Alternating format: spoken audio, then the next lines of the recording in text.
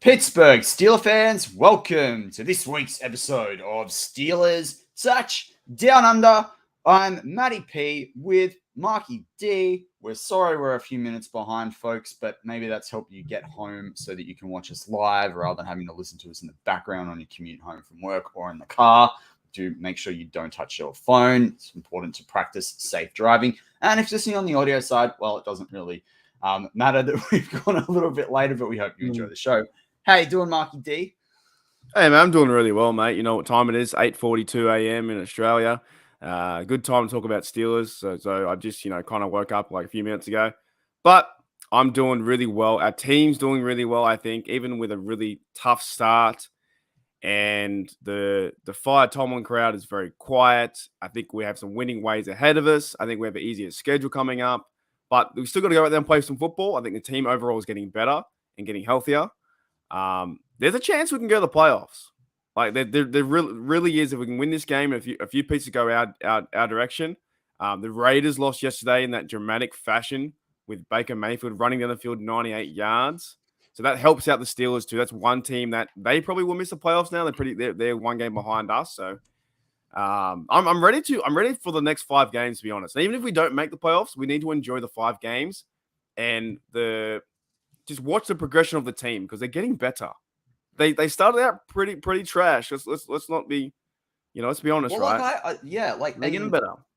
As you like to say, you're saying there's a chance. You always say always a chance, mate. Yeah, they got a real shot here. And I think everyone will probably tell when they're listening live to this show or on the audio side how buoyed Mark and I are, and we've sort of kept this undertone coming out of the bye of like if they can get it together, if they can get it together. It's just and we go back to a couple of weeks ago, the narrative was all about stacking wins. And that's really what it is about now for the Steelers. It is about stacking those wins, and it's just each week. Just take each week. That's all you've got to do now, and worry about yourselves.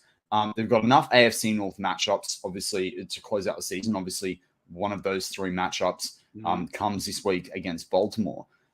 But it's as you say, Mark, like with the Raiders, we talked about when we predicted the record at the start of the season. Remember I said the Raiders game will be really interesting. Either the Raiders will be in the mix and there'll be a challenge, or they'll have fallen apart. It'll be a big game for Pittsburgh with the 50th anniversary of the Immaculate Reception, and will be the one charging into the playoffs. And literally that's how it's shaping up now. Mate, like if that game, right, is meaningful for a wild card or possibly AFC North playoff implications, it's going to be one of the best games ever. I'm really hyped about the Christmas Day game or Christmas Eve game, Steelers versus Raiders, and the Immaculate Reception and the retiring of Franco Harris's jersey. I think it's going to be a fantastic game, to be honest. Now, a lot of things have to go our way, but there is an actual chance, right? There's a chance that if 9 games goes our way, the Ravens lose out, the Bengals lose out, and we win out pretty much, right? And the Browns lose 1 game, that on Christmas morning in America, the Pittsburgh Steelers could be holding the AFC North title in their possession for the next 2 weeks. Now, will that happen? I don't know. But there's more of a chance that those playoff implications can happen in that direction than going the other way to tank. Well, and so I talked about this on War Room at the start this week of like, you look at the schedules for the rest of the teams in the AFC North, particularly Bengals and Baltimore. And Baltimore, with everything going on, it's not an easy run for them. The Bengals in a bit of a better spot. I agree. But the Baltimore, do have a real sort of, I guess, challenge, not just in Lamar's out, but to run home. And when they've got the different teams finishing up, and I think they finish up against the Bengals in the final week of the season, that becomes a real problem. You kind of love for that game to be a draw or for Baltimore to pull something out and win that one, right? Like after losing a bunch. So I think that's kind of an interesting storyline around that. But the other thing that I was listening to Chris Carter from Pittsburgh Post-Gazette, the Pittsburgh Post-Gazette, this week, and I like him. Obviously, he's ex-BTSC as well, so this is probably the only show that we're really allowed to cross promote. But he was talking to a colleague of his think it's Josh Taylor, but they were talking about the narrative around everyone sort of talks about Mike Tomlin being a player's coach. Instead, like he's been very serious. And Arthur Motes apparently talked to Chris Carter about how when they, had to win 7 games to make the playoffs back when Motes was there, it was a very different Mike Tomlin in the dressing room. And you saw that video on social media last week about the guy that yelled out to Mike Tomlin in the tunnel. And Mike Tomlin basically told him to get effed, right? A very Australian thing to do. Everyone in America's freaking out. We're just like, it's a pretty Aussie thing to do. It's like daily life. My work. Yeah, exactly. Like, get stuffed. And even the fan took it well. People came out and said it was rude and all the rest of it. I thought the fan reaction was great. I thought he smiled there and was like, oh. Yeah, he loved it, man. Man, if you or I yelled out to Mike Tomlin and he said that to us, we'd be like, we'd love that because he's focused, right? But yeah, it's kind of interesting with this narrative, right? Where they're now like, and they were talking about this, they're like this mean Steelers. They've got pardon the pun, they've got this steel to them now, right? Of just, we got to go and win out. And I thought it's kind of an interesting narrative when you think about the fact that some people are like, oh, he's a player's coach. He doesn't take it seriously. He's not going to be hard on them. And even I've sort of talked a little bit about that narrative earlier in the season. But when push comes to shove, it's professionalism. It's hard ass sort of stuff. And it's been really great to see, particularly because long-time listeners of this show, and we've got many of them in the live chat, like, your J Devils, your Sean Monahan, your Mark Malones, they've been listening to this show for literally years. We've been seeing you in the live chat. And we talked about back when the Steelers went 11-0 that they were winning games, but they didn't have any grit. They didn't know how to win the tough games, and that was a concern going into the playoffs. And they showed a bit of grit last year against the Chiefs before it fell apart, before Dionte dropped balls, and the Chiefs were just a lot better team, right? Yep, they were. But what I find really interesting is that this season we are winning the close games. We do have the grit to close out games. And so, Mark, I wanted to get your thoughts on like Mike Tomlin and the grittiness being showed by the team, and like why in some ways for me, I want to get your thoughts on this. Like in some ways for me, I'm kind of like, it's less about the record now as long as you're in the playoffs, and it's more about what you're going to do when you get there. And I think back to things like the Immaculate Reception, and I think back to when the Steelers had to win out on the road through the playoffs. In what was it, 2005, where they had to go on the road the whole time to get to this and to win the Super Bowl.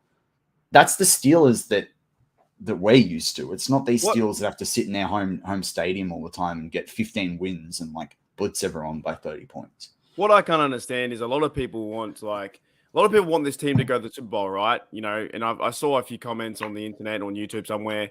It was like they want the team to go to the Super Bowl, get a Super Bowl win.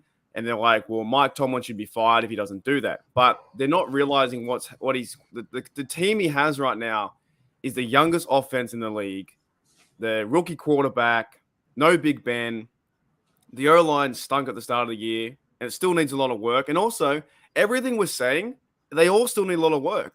They're in most categories, they're still ranked 28th, 27th in offense, right? They're 7th in like time possession.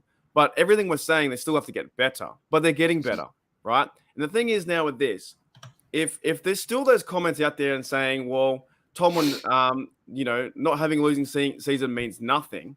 Well, it does mean something. Because where they got this team from 2-6 to now 5-7 after by a 3-1, a chance to beat Baltimore, that's winning 5 games in a row. That's like an uptake. That's getting positive and getting better. And if we can finish the season, the Steelers can finish the season 9-8 or possibly 10-7 if we run the table the next 5. That I'm not saying it's head coach. It's not like coach of the year, but it's pretty much like don't write the comment that fired Tomlin because he's awful. He's a good coach, and he's getting. Where would they be? Where would they be if they didn't have Mike Tomlin? I don't know, but I'm just starting to think like you can't. Some of these people in the fans in Steel Nation.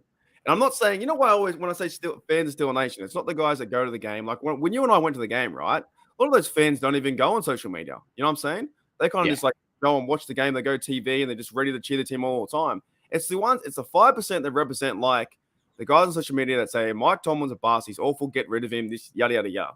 But if he walks away this season with like pretty much what the Mike Tomlin haters would say, it's a rebuilding season. Okay, and he walks away with a positive record. They're still not happy because they want the higher draft pick. But at the same time, with a higher draft pick, you can't change everything in a day. This to me, we've talked about this from since day dot when we started the podcast. We said there was something missing. There was a winning culture missing. And maybe that was with Big Ben's age near the end. And he tried to win games and couldn't relate to the players and stuff like that. But there was a culture missing. After the last few games, and I hope they can continue it, they're building that winning culture again. They really are. They're finding ways to win. And they're getting players involved like Connor Hayward and those dudes on the offense and getting him the TD for, in Atlanta and stuff like that. And Benny Snell's running better. And Najee Harris wants to win. He got asked about the playoffs the other day, and he said, I think we've got a chance. So without he's got to believe. And you know what I don't understand is the haters of Mike Tomlin say, oh, it was all Big Ben that did it. Tomlin's nothing without Big Ben. Okay, so now, if that's the case, now we can see how Tomlin coaches, and we'll see what we do, right? And we are seeing that too. So that's a very good point, because that was one of their big arguments, was saying, well, it was never Tomlin's players for the Super Bowls, which I disagree with. They said it was all Big Ben throughout the 18 years. No, it wasn't. It's a team of 53. You look last week and say that's if it's all only Big Ben. Well, you look back to if it's only Kenny Pickett or it's only Tomlin. No, last week it was Presley Harvin with the punt. These comments are just like... like the great one says, Mike Wazowski image from him on YouTube. He's like, 2019, am I a joke to you? Exactly. Man, I was there. I went to that Bills game, the only color rush loss up until the one against the Ravens. What are you doing? And honest to God, I've been to a couple of NFL games before that, but you could tell in college games, you could tell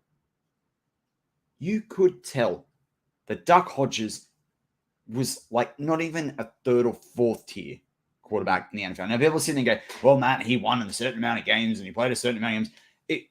It was like barely an offense. And you could tell Mason Rudolph should have been in there and be better. He should never be. We lost that game 17-10, right? Is that right? No? No, it was a bit. No, it was wasn't it something like 21-12 or 21? I'll find it. I try to block it out of my memory. I try to just remember that it was fantastic the before. 17-10, I was right. There we go. 17-10, yeah. But whatever it was, right? 19-12, same margin. You could just tell. But you look back to that season and games that we were in and the trading for Minka and all the things that Minka did. Minka's a fantastic player, but you have to scheme him into that defense. And they did that pretty quickly, right? And so I just don't get this narrative of the fire Mike Tomlin or, they shouldn't have started the season off so badly then. And it's like, what are you talking about? That's what I'm saying. How are these some of these fans, and they are very quiet now, so it's quite nice and peaceful, right? It's like you're on holiday, you're chilling out with your beverage, no one's around, no kids around like that, you're reading a nice book, or you get the nice, cool, calm breeze, it's fantastic. But when Tomlin wins the Steelers start to lose, it's like a bunch of hooligans come in, a bunch of 19-year-olds starting a party. It's crazy, but he needs to be given respect. And also, like the guy that I shouted out a few times, or pretty much everyone in Steel Nation did, Matt Canada's starting the core new game, and they're actually executing on plays. The thing is, though, I've been saying, can they back it up? And they're starting to. And if they win this game versus the Ravens, right, which I think they can, right? No Lamar Jackson. Their team is in a bit of shambles too. And we'll get to the injury report. I know people are talking about the injury report in the live chat. Yeah, but their team's in a bit of shambles. So if they can build some respectability and win this season, then I don't think they have too much ammo to say, well, fire Tom, because this is one of the hardest seasons at the start of the year. Rookie quarterback. There was a new quarterback in Trubisky. Things would try to figure that out. And Mike Malone's right. If we're winning, they're quiet, 100%. But there needs to be some respect given to Mike Tomlin. If this trends and he does finish with 9-8 or finish 10-7, never having a losing season is an unbelievable stat, by the way. That means you're competitive in every single game, or most games, unless you get thrashed by the Bills or whatever. But you know what I'm trying to say? You're competitive. I mean, I've even moved on from the Kenny Pickett should have started the season criticism, right? I still believe that. That's my opinion. I thought that completely. I just thought bring him in if he was the better person, and only the Steelers know if he was the better quarterback. And obviously we've seen development over the last 4 or 5 weeks, which just takes time. I'm just like, I wish that could have happened early. There's the same argument that his confidence could have been killed. I don't know. I just think he's got that moxie. I think he's he's not like he's a 21-year-old quarterback. He's a 24-year-old quarterback. I think it's different.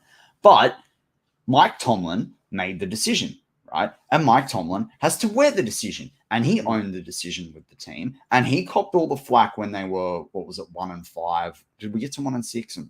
I don't know. It's been such a busy last few weeks. Whatever it was, 1-5, 1-6. Not sure. I think it got to 1-6, and then we won. It was 2-6. No, it was 1-5, and then we won 2-5, and then we 2. Whatever. Yeah. Anyway, the point I'm trying to make is that Tomlin wore that. The team are bouncing back. The team's getting healthier. Obviously you don't plan on losing TJ Watt for as long as he was out for. You also had a very tough start to the season in terms of schedule. And look at the teams they played are all up there or are still in playoff contention. Like particularly like a team like Miami. People talking about Tua as potentially the MVP behind Mahomes, right? So, or dueling out Mahomes for it. I love where we're at. I love the run home. And, I think there's a bit of even a bit more enjoyment to it. Like Mark, you and I remember the Steelers when we were a lot younger, and the teams in the 2000s, and other Steelers fans remember the Steelers in the 70s, and like they've never been the team that's going to win 14, 15 games in a season. That's not them, and you don't have to do that. I mean, look at Marty Schottenheimer's 14-2 charges that did nothing. Look at there are plenty of other teams that have gone 15 and done, got 15 wins and done nothing. Colts and the Patriots have lost in those Super Bowls. Therefore, it's not a successful season by the Pittsburgh standards, right? But my thing is getting to the playoffs. No matter how you get there, you're in there and knowing how to win. And that's the thing that I'm liking. I'm liking that they're figuring out how to win. And there's a lot of young guys that are learning this early. That's how you build a dynasty for 4 or 5 years, right? Let's pick up. Sorry, you finish. No. That's what I was just going to say. What we are doing now will help us win the Super Bowl. There are a lot of teams that stuff around trying to get 10 wins and have got always in this constant "I'm going to win now" mode, and they never quite get there because they're not actually thinking about what a long-term strategy looks like. That's all I'm saying. Let's pick up on this point. So the comment from the Great 103 says, if we win on our momentum is going to continue next season. We talked about this off air about 10 minutes ago, but what are your thoughts on the off season? How can they improve at certain positions to really take charge if they can finish strong and they win 4 out of 5 games or 3 out of 5? Yeah. And we're near that even record or below. And you know what? Also, even if Mike Tomlin gets 1 game below a losing season, that's still pretty good. Well, it's also but it's also like you're playing an odd number. That's why I hate the odd games, right? Just play 18 weeks and have 2 buys. I just don't. It's weird, isn't it? They will soon, though. In the next 2 years, 3 years, they'll make it 18. But it doesn't make sense. If you have 18 games and 19 weeks, right? Then, and I still think you need about 3 preseason games as much as people think that's crazy. I think you need it for conditioning. I don't even the bye before that. I don't really love that. But the point is that most injuries take 6 weeks on average to heal. If you have 18 games and 19 weeks, even if someone, suffers a fracture, they can be back, and you're going to have to play with the IR rules as well for this. But with 2 buys, and it's a 20-week season, you're going to be back. And I just don't know why we're going to hurry up and get there. So Mike Tomlin to avoid this stat going under, if he loses 2 more games, he's going to have a losing record.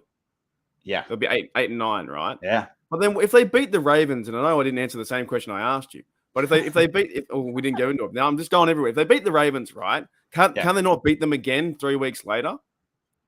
Right.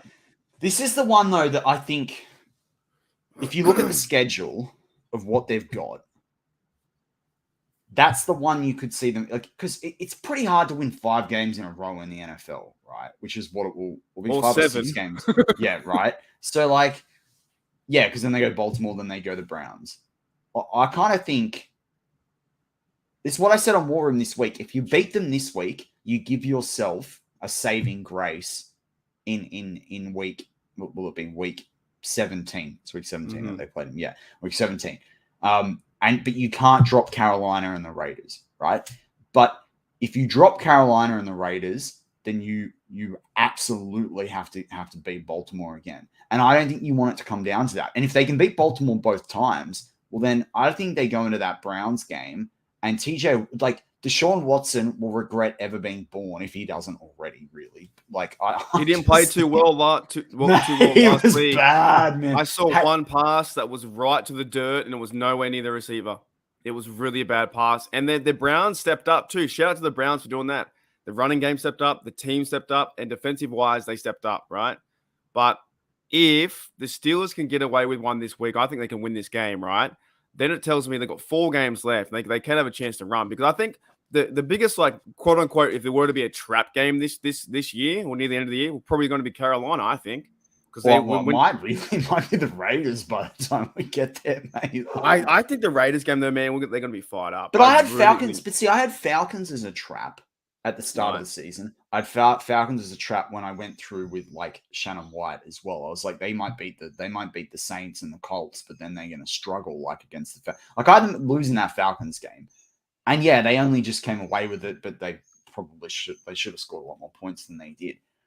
But the point is, they won it. Right? They're learning, the young guys are learning how to win. And so you talked about in the off season, like there's going to be many weeks we're going to be able to dissect what that looks like.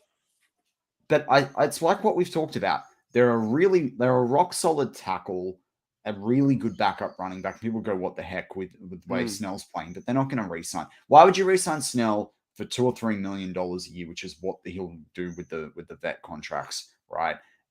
Versus, and someone else will offer him that, versus bringing a guy in let's say the 3rd round, because I think you get a compensatory in the 3rd round. That's in previous years would have been a 2nd round pick, but running backs are slipping down in the priority list, right? So let's say you look at that, you go out and you get a decent backup running back to Najee, similar sort of stuff. But you go out and you get a really good offensive tackle, you get another really good guard, or even a better center than Cole in free agency. I say veteran, but someone that's post their rookie deal, like top notch. And you go out and get a bona fide number 1 cornerback. Like, and you get someone else. Maybe you've got enough money, particularly if you cut William Jackson third at $10 million, you've got enough money for someone to help Hayward out on the line, or you re-sign Ogunjobi if you think he's going to stay healthy. This team, like, think about if this team could go get 9-8 or even 8-9, you make those couple acquisitions, and Kenny Pickett's improvement and maturity in the offense as well. Even if God forbid, and I really hope they don't do it, but even if you brought back Canada, like you've probably got 3 extra wins on paper just there. I would start to ask the question: where is the rebuild? Like it doesn't seem like a rebuild. It kind of seems like no. We've rebuilt on the fly, and that's what a like rock solid. You don't want to crash and start like again, franchise. Right? No, that's why you don't tank. That is why you don't tank. Yeah, what are your thoughts on the old tanking? I can't stand it. I can't stand the idea of tanking. I'm the same, because I think it's a culture that it builds a rot that's really hard to beat.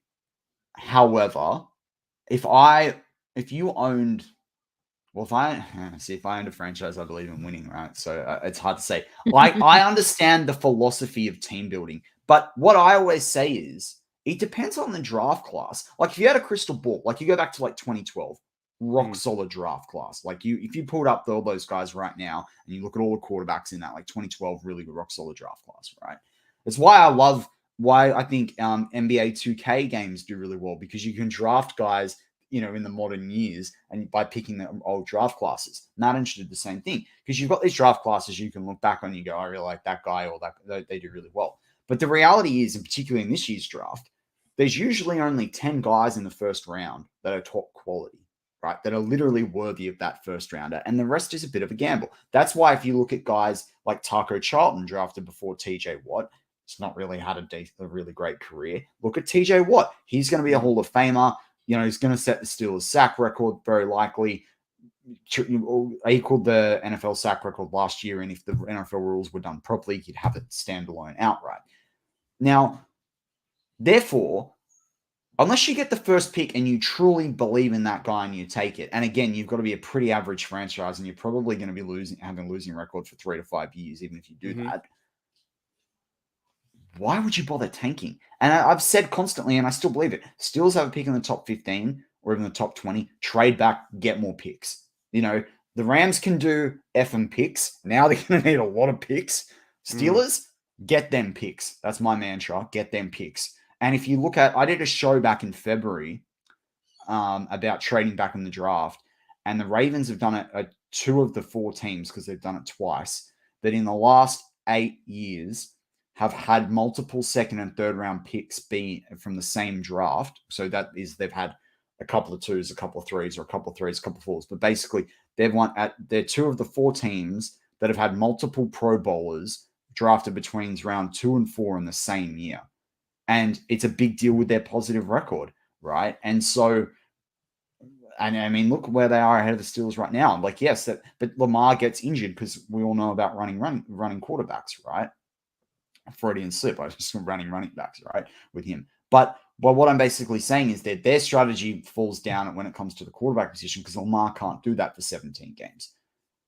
The Steelers draft well. The Steelers develop well. I think the Steelers should show a bit more faith and trade back. But going back to what you're saying, that is exactly why you don't tank. Because even if you're a team that finishes 2-15 or worse, or even 3-14, and as Ron Schultz says, tanking creates culture failure. Exactly what we've been talking about last few weeks. But if you're a team that finishes let's call it 4-13 or worse, you need a lot. You probably need 5 first-round draft picks every year for 2 or 3 years to get good, and you just don't have that many because you can't acquire that many because you don't have the good enough players to trade away. Like even the Texans, maybe they, Tunsil can't really be traded because of his deal. There's other than that on the roster. Pick someone that you really want to trade for, like maybe Damon Pierce, but he was drafted this year in the fourth round, whatever he was in this year's draft. No one's trading more than a third for him. Like, that's a problem with tanking. And the other thing is,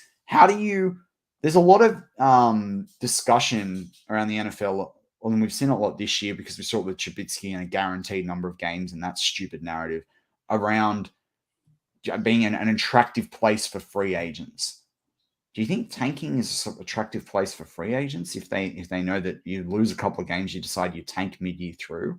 And also, it's like you're not finished. It's like quitting out, right? It's even if unless you get like an injury, you literally can't walk. It's like even if you can't run anymore in a marathon, I was always taught you walk it out and you finish, right? Oh, big time. You can't give up on the season halfway through. Like, here's a question: Do you think that teams do it on purpose, or do you think it's more of a fan perspective that they want them to fail miserably to get the number 1 pick?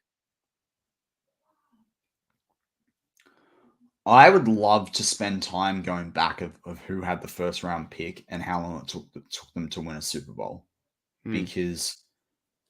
Like maybe you could talk about the Rams doing it well with Goff because that all happened in 2014 or whatever it was, and 2015 and they were in the Super Bowl in what was it like 2017 or whatever. But I can't remember anyone in the last because I've only got one decade that has had the first round draft pick and then they've won the Super Bowl within 3 years of that. So therefore, what's the point? I've only got one example, and that wasn't for the first pick, but it was when Doug Peterson and the Eagles put in Sudfeld rather than Hurts. They took Hurts out, right? And then the other dude, Sudfeld, came in and he lost the game, like completely. And by losing that game, I think the Commanders won the division when the New York Giants could have won it. And when that happened, they end up getting their pick, I think 3 or 4 spots, 5 down, right? Washington won it because they went in. Washington won it. They went in at 7 by putting in the third quarterback over Hurts, they should have put Hurts in for the development. Hurts was playing better. He changed quarterbacks for some reason, and then he got found out. And then next minute, the Eagles fired the coach. Now Doug Peterson, I believe, he's with the Jaguars, right? I think he's at that direction. But what I'm saying is he got found out for doing it because he played his lesser quarterback. They found out and he got done. But the Eagles got a better. And I'm sure the ownership. Doug Peterson's a good coach. I'm sure that was the ownership. I can't like tell. Yeah, but he went from I think like 14th or 10th or something to 7th, right, or 6th, right? That's how it worked out. And I was watching that game going, oh my, like Jalen Hurts he's playing much better now. But in that game, I was like, oh, New York Giants have a chance to win. I felt bad for the Giants fans because the Eagles win that game. The Giants are in the playoffs. But he put in someone Sudfeld or whatever, Nate Sudfeld or whatever, and he was awful. He was awful, like beyond bad, 2 fumbles, picks, and stuff like that. So, and that's a good point too. Players don't. I love the narrative, from Sean Manahan on YouTube side. It says players don't tank for their replacements. Look, to me, it's just I'm just like I'm kind of sick of it because we are so close. And like the title is here. Will the Steelers keep the flock of wins together? They can. If they can win this game against no Lamar Jackson. and the Ravens team who can't score points at the moment. Their defense is going to be really hard to go against. But this is a game that's going to be another check mark or tick saying, whoa, our Steelers are starting to get it together, right? This is one of those ones where at home. Okay. I'm saying at home, Kenny Pickett, Najee Harris back there, everyone's starting to come together, building that winning culture coming back. Young group of fellas. I really think if they can win this game, then they can. What's that? 6-7? Is it?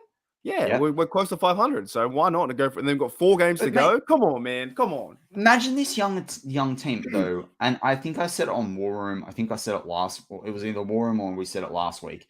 Either on the show or after the show. I know we've had the conversation. But Kenny Pickett in his rookie year going through this adversity will mean a lot in 3 or 4 years' time when the team are having a tough spot or having a tough spot in the half of the game. This is what builds character and leadership, which he's already got in spades. But with that, we're going to take a break from our sponsor. When we come back, we're going to look at the injury report because it is quite extensive for both teams and what that means for this week's game.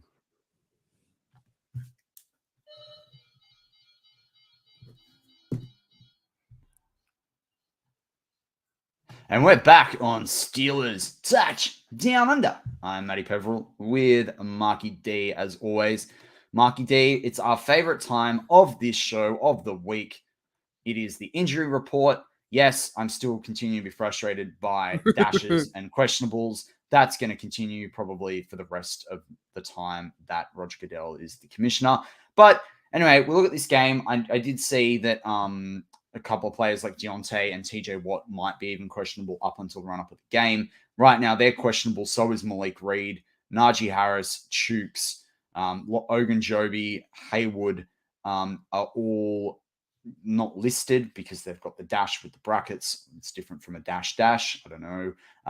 But all players were full participants at training today, Friday in the US, as we go live to air right now. So even like with Malik Reed, I could imagine with a back injury, if he was full practice, he's probably all right. They're just being a bit tentative with it. In terms of Chooks, as I say, he was full practice as well, so it was just not listed. TJ Watt, I'm sure they're just resting him up. If he doesn't play, I am not deeply worried, given it's not Lamar. Obviously, it helps, but if you rest him, if resting him now equals 3 or 4 wins after this game, then I get it. I'm fine with it. Dionte, interesting, because he was limited practice on Wednesday, did not practice Thursday, limited on Friday. It's kind of interesting, the narrative of like Pickens wanting the ball after and going through all of that, and then like Dionte's injured. But that kind of also sucks because that gives the Ravens a bit of a Pickens wanted the ball, Dionte, they're gonna have to balance the offense more, and then now they're gonna throw it to Pickens. So Pickens will probably face a lot of double teams. Although Marlon Humphrey, there was sort of a joke about on social media about him being belted by Pickens. I think regardless, what we're seeing out of Freiermuth means this is time for Freiermuth to shine. Steven Sims, even a bit of Oshesky, but I also think the Steelers for the running game, it becomes really important for them there to continue what they started doing last week and getting guys like Connor Haywood into the mix. But before we go to the Ravens injury report, how do you feel about where we're at in terms of the guys that might be questionable for the game? It's just part of the game, isn't it? At this point in the season, week 14 in, a lot of guys are injured. A bit like TJ Watt, he's still pretty. He's I guess he'll play, right, but he's still playing a bit hurt here and there. But it's week 14. This is the point where everyone's kind of injured, and you kind of see guys getting rest time or Najee Harrison, limited practice, stuff like that. But they're going to play. They will play on the day. So I'm not too worried about this kind of stuff. It's only when I see them not playing or guys if it's Witherspoon or in a guy like him being out for a long time, then you're like, oh no, it's an injury that is going to longer. So I'm not too worried at all, man. I'm really not. Yeah, nice one.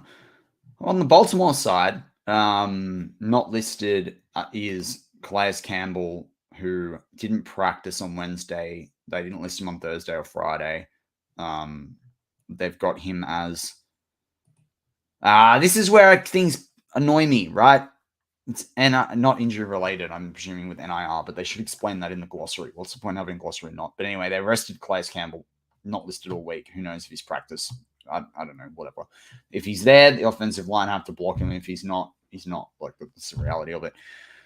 Tristan Colin was out with personal. He full practice Friday. You'd think he'd be in. Devin Duvernay, the wide receiver, was rested.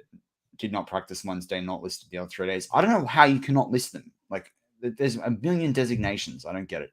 Lamar Jackson knee did not practice all week. Doubtful. I mean, we talked at I saw the advice that it was a PCL tear. Surely he's not playing on a PCL tear, particularly when he's not got a contract for next year. Like, come on. That's just ludicrous. I don't know whether he'll play again this year if they lose in the next 2 games. Patrick McCarry, the offensive lineman, who's played center for them, did that really wayward one like Pouncey. They've listed him at tackle. He's got a toe injury, did not practice Wednesday, limited practice Thursday, full practice Friday, questionable. I think that he'll play if he can. Marcus Peters was rested, but through Wednesday, Thursday, full practice Friday. I'd assume he plays. Delshawn Phillips, a linebacker, had a quad injury. He was limited on Wednesday, Thursday, full practice Friday. This is a depth piece for them. Patrick McQueen, their linebacker, and fast linebacker, has a thigh injury. He was limited on Wednesday and Thursday, full practice on Friday. I think he'd play. Ronnie Stanley, their top end tackle, ankle rest, so full practice Wednesday, limited Thursday, did not practice Friday. That's kind of interesting to me because I kind of would have expected a little bit of the reverse, or limited like on Wednesday, full on Thursday, rest on Friday with the loading. So this is quite interesting. I'd be interested to see what happens here with Ronnie Stanley. He might be more of a question mark than he might be more questionable than it says because he's put not listed with the dash, but actually to me, knowing injuries, it sounds questionable, but he's not been given the questionable designation.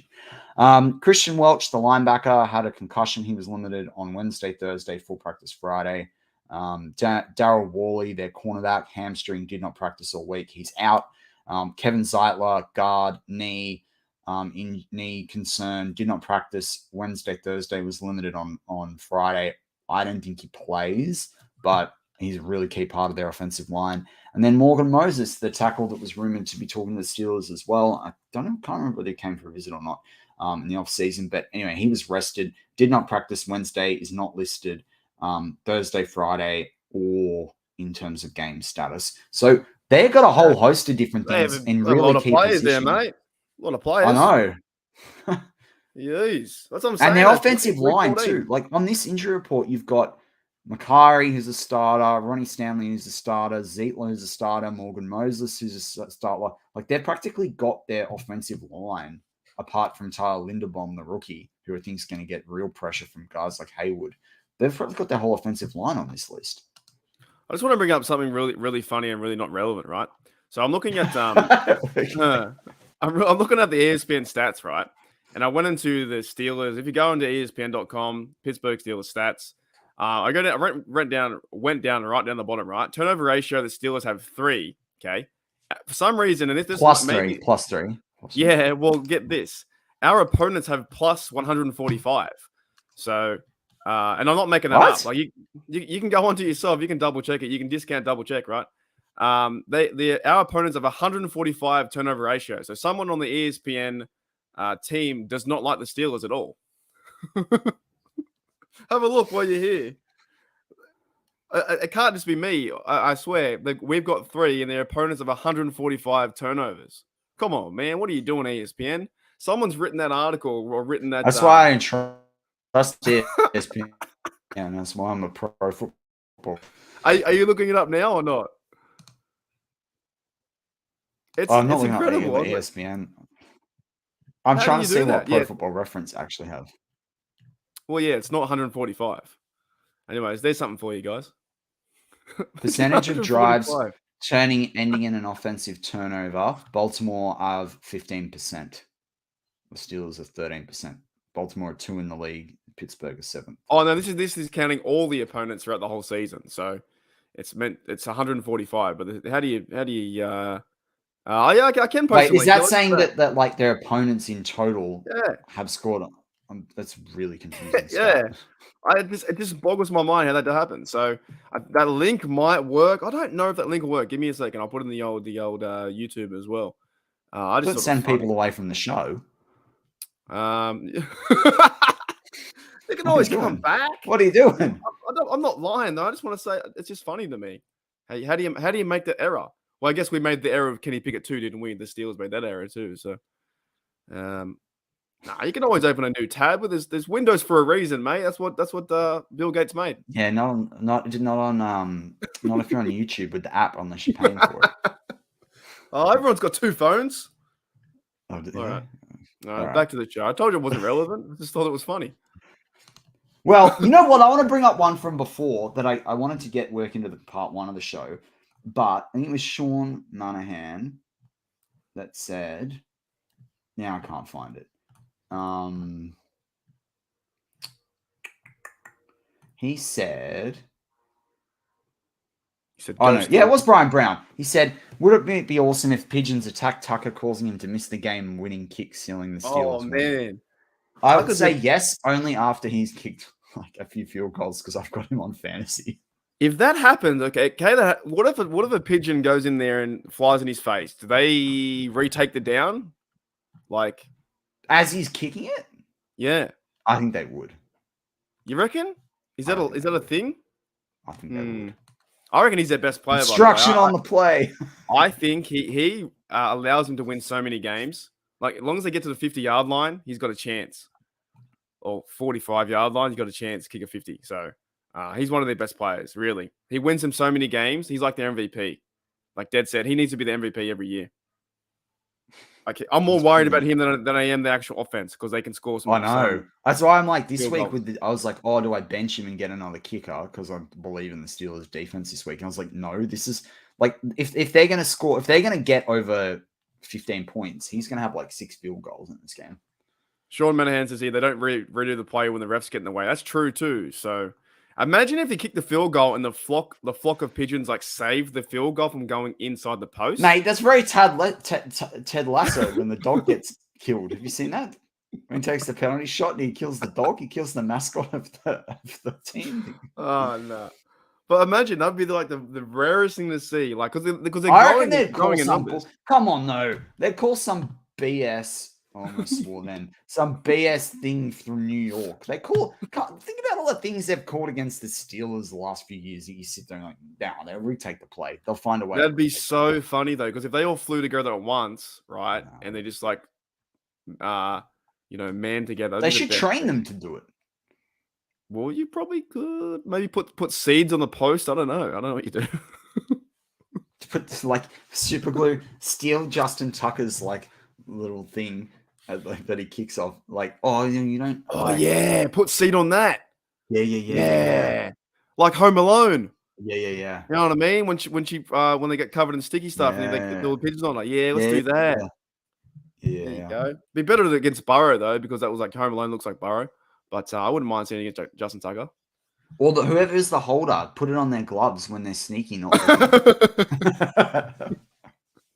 Well, they are growing in numbers, man. So if they're coming back this Sunday, I don't know if it's getting cold or whatnot, but I think Pigeon Power might be in effect. But I think actually the Steelers are going to be in effect. I can see a good game. Do you think it's going to be hard for the Steelers to run against this team? With the defense? I don't, because I think they're going to be more tasked with trying to crush Kenny Pickett. Yeah, I think, and my only worry is that the Steelers think that they can pass their way to a victory. They need to run their way to a victory. Welcome to the 1990s. JJ52 said Steelers will draft Tommy Pickles in the first year. It's all right. Like I love how they just bring up random. I love how JJ52 just brings up random references about like anything. It's like that was dead set in the 90s with his stew driver. Rugrat. Yeah, man, that's a good show. What a great show that was. You didn't like it. You didn't like it, did you? You didn't like Rugrats. I'd watch it. It wasn't like top notch for me. You didn't like Phil and Lil. You didn't like Chucky. You didn't like. I found the camera. I know it's a cartoon, but I found the angle weird from the way they were. You never liked the intro and like The intro was good. I really like the intro. Did you like the incompetent dad Stu that couldn't get anything right? You know. Yeah, but that's like all cartoons, like Simpsons and stuff. I thought it was good, man. I thought it was one of the best shows I've ever seen when I was a kid. By the way, I really liked. Oh, they probably didn't have in America. There's no point bringing it up. Say what is it? Around the Twist. Well, no, that's doing really well apparently on like things like Netflix and stuff now. Really, that's an old show, man. I know, but apparently it's doing really, really well. Old show. It deals with a lot of issues though when you're between 10 and 15 in a weird way though. Like, what if you get a possum stuck in your outhouse? No, no, when I was a really little kid, I really liked that Bar show. You know, the elephant. Nah, so no idea what that is. Sort of show I liked, yeah. And Daredevil, I was a big I agree with you. fan. Daredevil, Dexter's Lab, Ron Schultz, yes, I completely agree. Yeah, I didn't watch that, man. I didn't watch Dexter. I didn't watch Dexter's Lab. I know that's what the guy with the glasses. Is that right? Yeah, Dexter's Lab for sure. Do you have like blonde hair or something? No, I didn't see that. It got a little bit far-fetched at times. Anyway, right. we did this a couple of weeks ago. Hopsicle. What's Hopsicle? I don't know. On the defense, though, I feel like everything's so offensive focused this season for the Steelers. Really is. Like for a number of reasons, a lot of narratives. But on the defensive side, what do you think they need to do here? Because obviously a lot of us as Steelers fans feel really confident when they play Lamar, and we've got the game plan for that. What do you think about Huntley? You know what? I think Huntley's a good passer. I reckon you got to go and do what TJ what does. He needs to. What if he's out though? If he's out, then they got to fill in what he normally does. They got to harass the quarterback every single play, get him uncomfortable. Yeah, you can't throw the ball for 60 minutes and come back and win the game if you're getting harassed and hit and knocked over. And you got to have a real bit of mentality to do that, because what TJ Watt does when there's those option plays starts, he always goes to the quarterback. If he's outside contain, he always goes out to the quarterback. Pretty much 9 times out of 10. Even if he knows the other guy is getting the running back the ball, he'll still tackle the quarterback because it's a bang bang play. And I love when that happens. So I think just pressure and not mainly get sacks, but really confuse the quarterback. And I think because I don't see him scoring 3 TDs. And I went around to some other Ravens podcasts, and they were saying too he can't score. His highest he's ever scored was 2 TDs. What were they saying about? I want to talk about Doc Holliday's comment because I actually really agree. But that's why and I'll explain why I agree, but why I said the running game was important. What were they saying about? I haven't had a chance to do any of that this week. What were they saying about Kenny Pickett? I didn't see too many things on Kenny Pickett. I saw a lot of things focus on Lamar Jackson, saying, well, a lot of commenters and the YouTubers I did watch were saying, well, no Lamar Jackson. Well, who is he going to go? And they're saying, well, we're going to follow him to another team. And I saw other things like Greg Roman's a bad offensive coordinator, so maybe they don't like him. They don't like him at all. At all. They're not a fan of this heavy run scheme. They don't like that. They don't like how they have no receivers. Or they say they have receivers, but they're not using them. So, and they said to Tyler Huntley's only got 2 TDs. He's never done anything more or less. But I don't mind his play. I think he's got some pretty good play. I really do. People say about Pickett, and look at what the difference is with Pickett in. Well, I know. I think he can throw the football down the field. I think he can find the receivers. It all depends if they're going to do this run heavy scheme with the tight ends, get Mark Andrews involved, stuff like that. But the Ravens, man, are a funny team or funny fan base because they're legit. I've read so many comments saying wherever Lamar goes, they will go. And I would never be like that. Like, I'm not going to say where Cameron Hayward goes, I go. No way, dude. Cameron Hayward becomes a Raven, then you're public enemy number 1. But there are some fans out there that, and maybe because they are a younger franchise, because they've only been Baltimore Ravens 20, 30 years from, was it the Browns they used to be or something, right? They changed names and whatnot. Yeah, right. But there are a lot of them saying wherever Lamar goes, they treated him wrong, they're doing him badly. Whatever contract he goes to, they're going to follow. And I'm like, really? So the Ravens are going to probably self-implode, I think, too, because that's kind of weird in the NFL. Like in the NBA for a long time, I supported a team based on one play. Like I had a favorite player when they moved teams, I wouldn't support them, right? So I was a big KG fan, which is why I'm a Timberwolves fan now, because they decided a few years ago I wanted to be a fan, right? But then I supported Steve Nash at the Suns. When KG went to the Celtics, that's my dad's team. I didn't want to go for them. I really like Steve Nash too, so I will support the Suns. When he went to LA, I went, nah, I supported Durant at Oklahoma. And then I kind of just watched generally in the league, and then I decided I really wanted to I'll just be a Timberwolves fan because that was the first team I ever watched. But like in the NFL, that's a very different thing to do. And I also don't really get that narrative of a player like Lamar. How could you, man? How could you do that? I'm telling you, I did see a lot. I saw a lot of comments saying that, and I never really see that in Steelers fans say that. So a lot of fans, we're a proper fan base, man. Yeah, but I saw a lot of fans saying that wherever Lamar goes, we go. And I'm like, whoa, dude, that's crazy. So, and they're winning 8-4, but maybe they know that the kind of season could be is collapsing yet again because Lamar Jackson went out last year. I called it last year. I said Lamar Jackson and the Ravens won't win another game. They lost 6 in a row. So here we go. This could be a possibility. But, we talked about off air. I want to hear your thoughts too, but or hear them again. Right? Where do you think Lamar goes? Yeah, I'll just say, great take, Ron Schultz, on Seattle too. But before we get to the Lamar one, I will get there. I want to bring up Doc Holliday's comment. Pickett and Ravens secondary will be key to the game. I think they'll not be as successful running the ball as they have the last few games. Doc Holliday says that on the YouTube side. I agree. That's why I was saying earlier about the run game being important. I want to see balance because if Pickett, has to throw 40+ passes in this game, unless it's for some reason goes into next year. And I hope it does not, because you don't want to be facing Justin Tucker in overtime. We're going to have a real problem. So that's why I really want the Steelers to make sure they're running the ball to keep the Ravens defense honest. Right. You asked me about Lamar Jackson. Where do I think he's going to go? To me, because you said he probably wants to be on a contender. Whilst there are a heap of West Coast teams that I could see going in there to play for him, particularly if San Francisco don't re-sign Jimmy G, if they want to bring Lamar in, while they figure out what the heck's going on with Trey Lance, then they've got 2 guys that I think are going to be quite similar. Even though Lamar's built a lot bigger than Trey Lance.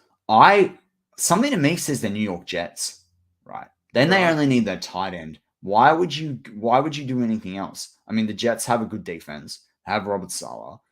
They want to get rid of Wilson. Wilson would give someone for the Ravens to have in the short term and to start changing this overall scheme of the offense. I don't know why they wouldn't do that. I don't know why. And New York with the branding and the money and the sponsorship and the lights. Absolutely love him out there. They would love him. It'd be the glitz and the glamour. And they're a physical team too. They're a physical team on defense now and starting to run the rock too. So that would be a perfect fit for them. And maybe you can start to win some games and win some playoff games too. So I think it'd be very interesting too. So yeah, that's my hot take. But I'm telling you, says Houston. I looked at that too, but they don't have enough to do it right now. Yeah, but a lot of the Ravens fans are saying the season's done because they're not a fan of the offensive coordinator and they're not a fan of Lamar leaving or injured. He could be out for this week or in the next few weeks. They do believe in Huntley too, and they want to beat us for sure. But at the same time, they're thinking they're like, yeah, the season's done. So then maybe they are more fair weather than we are. So I can't believe it. So many comments. It's also funny, Sean Manahan says his franchise tag, and I know people are saying that it doesn't matter where he goes, but he is the AFC North. It does actually have an impact on the Steelers. I bring this back to the Steelers. I'm never a fan of someone sitting out in the franchise tag. I think it's wrong by the team. I also think it's not playing by the rules, and I think it cost Lav Bell his career by sitting out. But Lamar Jackson at quarterback, it might actually do him good to sit out a year, right? Get his body right and sign a mega deal. And this the Pedro from Facebook too says this. He definitely Huntley can throw. I've seen him on 100% take of the day. Take of the day. Big time. He can throw the football. So I would rather the Steelers face Lamar Jackson in this game than Huntley because it's the kind of wild card. But I still think the Steelers can win this game. Are we doing predictions or not? Sure. Let's close out the show with a prediction. All right. I'm going to go. What did I say the other day? I can't remember. 20. Let's go a big score. We'll go. Do they crack 30? You reckon? Yeah, stuff it. Let's go 31-13. We'll go a big score. Wow. You're not just going big score, you're going big split. Wow. I don't know what I said the other day on another podcast I was on. I can't remember. So 31-13 will do me. That'll be good. That'll be a good time. We're gonna force Huntley to make some turnovers. There's a lot of pressure for him coming in this game too. But he played pretty well. Can't decide between 26-19 or 26-22. Oh, I like 26-22. I like that. Yeah, so do I. I think that's what I'm going to go with. Yeah, go that. But there's only one touchdown from them. The rest are field goals. For every team? No. Yeah, no. It was every team. But if the Ravens win, I think the Steelers will it'll be something like 31-16. I think if the Steelers are going to go in there and pull out the win, and the Ravens will keep it close, or the Steelers are not going to have the game plan, and it's not going to go. We'll see. That's it, man. They're going to be hopeful and see what happens. Really, I'm pretty confident. But yeah, the Steelers will do well, man. I think we're on now. It's game on, and that's the other thing that I love about this is that we're still on the hunt. They've had some, they've got a sniff of the playoffs now. They're just going to go hunt, man. Huntley. That's the theme of this game. Just hunt, hunt, man. We're confident, man, because we brought up some cartoons today too. So that's that. The podcasts are pretty fun like that. Bringing up Rugrats and Dexter. We're pretty confident, right? So everything should be fine. We should be fine. Every time we've done that this season, it's turned out. Yeah, well. We don't mean to do it. It just comes up. We moved to 6 and 7, and the Browns. We need guys. We need the Browns to win. We need the Browns to win. I know. Interesting scores in the live chat too. JJ52 75. Let's go. No, that's Steelers crazy. Story. Mark and I love that. We want him to rack up a cricket score or basketball score for you guys. Pedro, 17-10. Claude Bishop, 16-10. Sean Manahan, 23-16. Ron Schultz, 17-16 in a nail biter for the Steelers. Ooh, I could see that. 27-17, Steelers, Mike Malone, very similar to my 26-19. Brian Brown, 20-19 on a pigeon jet sweep at the end. I love that. Craig J. Lawson on Facebook says 23-20 Steelers. I could see that score. Steeler Girl 808 says 27-22. Jerry Cherry Band says hello Steelers fam. Yeah, not bad. Not bad. Bad at all.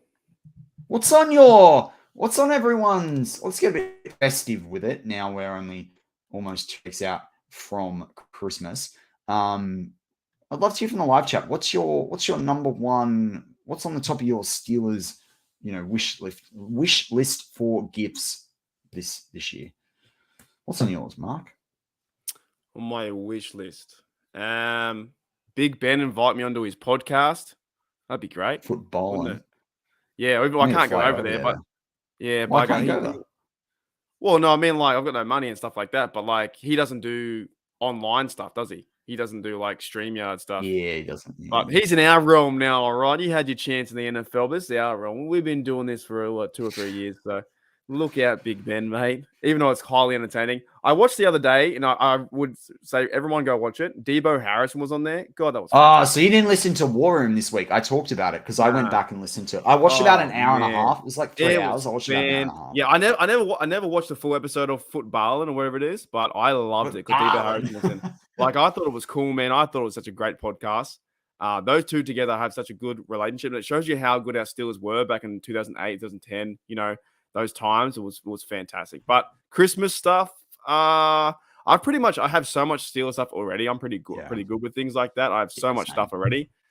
If I was gonna say a spur of the moment, I would love to have. I want to get a Heath Miller Bumblebee jersey. That's my next. I like that. That's a nice one. Yeah, I like because he had a pretty big game. I think against Washington and Bumblebee.